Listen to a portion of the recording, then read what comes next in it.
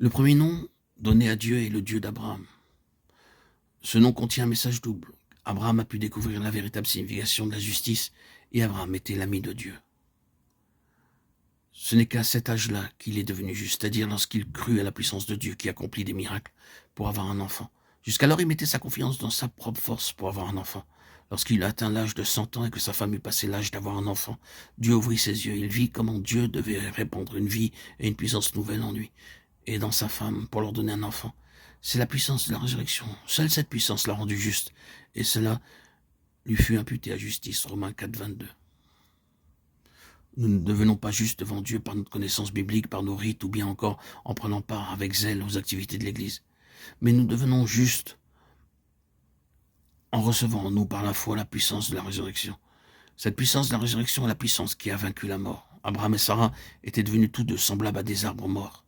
Dieu a dû déposer dans leur corps la puissance de la résurrection qui triomphe de la mort. Ils ne pouvaient pas se glorifier de leur capacité ou de leur force. Voilà la signification de la nouvelle naissance. C'est une grande expérience du fait que Dieu a déposé en nous la vie nouvelle et la puissance de la résurrection qui triomphe de la mort. Nous le servons en revendiquant tous les jours cette puissance. Avant de devenir l'ami de Dieu à 99 ans, Abraham pouvait dire en toute vérité comment Dieu lui était apparu, lui avait parlé, comment il lui avait obéi, l'avait suivi. Mais il ne pouvait pas dire que Dieu était son ami. À partir de Genèse 18-17, Dieu a pu dire à son sujet, cacherai-je à Abraham ce que je vais faire? À partir de ce moment, Dieu pouvait partager tous les secrets avec Abraham. En partageant librement avec Dieu nos secrets personnels, nos problèmes, nos chutes et nos manquements, nous devenons également les amis de Dieu. Nous pouvons parler à Dieu comme à un ami. Nous ne devons pas craindre de lui avouer nos tentations personnelles. Nous pouvons lui parler comme nous parlons à notre meilleur ami. Puis, nous devons patiemment attendre la réponse. Nous pouvons aussi demander à Dieu de nous révéler ses propres secrets, ses mystères célestes. L'amitié devient plus forte quand nous partageons nos secrets. Lorsque nous marchons avec Dieu, comme avec un ami, nous avons le privilège de le servir en portant davantage de fruits. Dieu parle à Moïse face à face et Moïse put poursuivre sa tâche. C'est la raison pour laquelle les mots « et Dieu dit » se retrouvent presque 550 fois dans les 5 premiers livres de la Bible. Dieu commença à parler à Moïse comme à un ami. Le second don qui est donné à Dieu est le Dieu d'Isaac. Isaac est un symbole de la résurrection. Il était un exemple vivant de la puissance de Dieu que l'on peut découvrir en chacun d'entre nous. Elle est la portée de tous ceux qui lui obéissent. Cette puissance de résurrection agit de 3 façons différentes. Tout d'abord, nous devenons justes par la puissance de la résurrection. Le Seigneur Jésus a été livré pour nos offenses et il est ressuscité pour notre justification, Romains 4, 25. Ensuite, par la puissance de la résurrection, nous vainquons toutes nos épreuves et toutes nos tentations terrestres, Philippiens 3, 10, 14.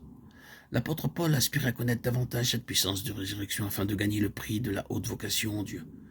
Paul avait besoin de la puissance de résurrection pour vaincre les épreuves et les tentations et pour remporter le prix. C'est la raison pour laquelle, à un âge avancé, il soupirait à le connaître, lui et la puissance de sa résurrection. C'est le second mystère de la puissance de résurrection dans nos vies. Ce n'est que par la puissance de la résurrection que nous pouvons vaincre toute épreuve et toute tentation. Quelles que soient nos épreuves, nos tentations, nos limitations, nos faiblesses et nos chutes, nous pouvons dire par la foi, Seigneur, je suis faible en moi-même et impuissant. J'ai tant de défauts. Ne veux-tu pas répandre dans mon faible corps ta puissance de résurrection et faire de moi un vainqueur? Aide-moi à vaincre cette tentation, car moi je ne peux pas la vaincre. Je dépends de toi. C'est par la puissance de la résurrection que le Seigneur veut nous aider là et nous donner la victoire. Ensuite, cette même puissance qui a ressuscité notre Seigneur est répandue dans notre corps. Et si l'esprit de celui qui a ressuscité Jésus d'entre les morts habite en vous, celui qui a ressuscité Christ d'entre les morts rendra aussi la vie à vos corps mortels par son esprit qui habite en vous. Romains 8, 11. C'est par cette puissance que nous recevrons un jour des corps immortels. Quand le Seigneur Jésus-Christ reviendra, nous recevrons des corps immortels glorifiés, célestes, par l'efficacité de son sang précieux et par la puissance de sa résurrection. Mais nous devons apprendre à recevoir et à nous approprier cette puissance jour après jour et ne pas dépendre de notre propre force pour la victoire.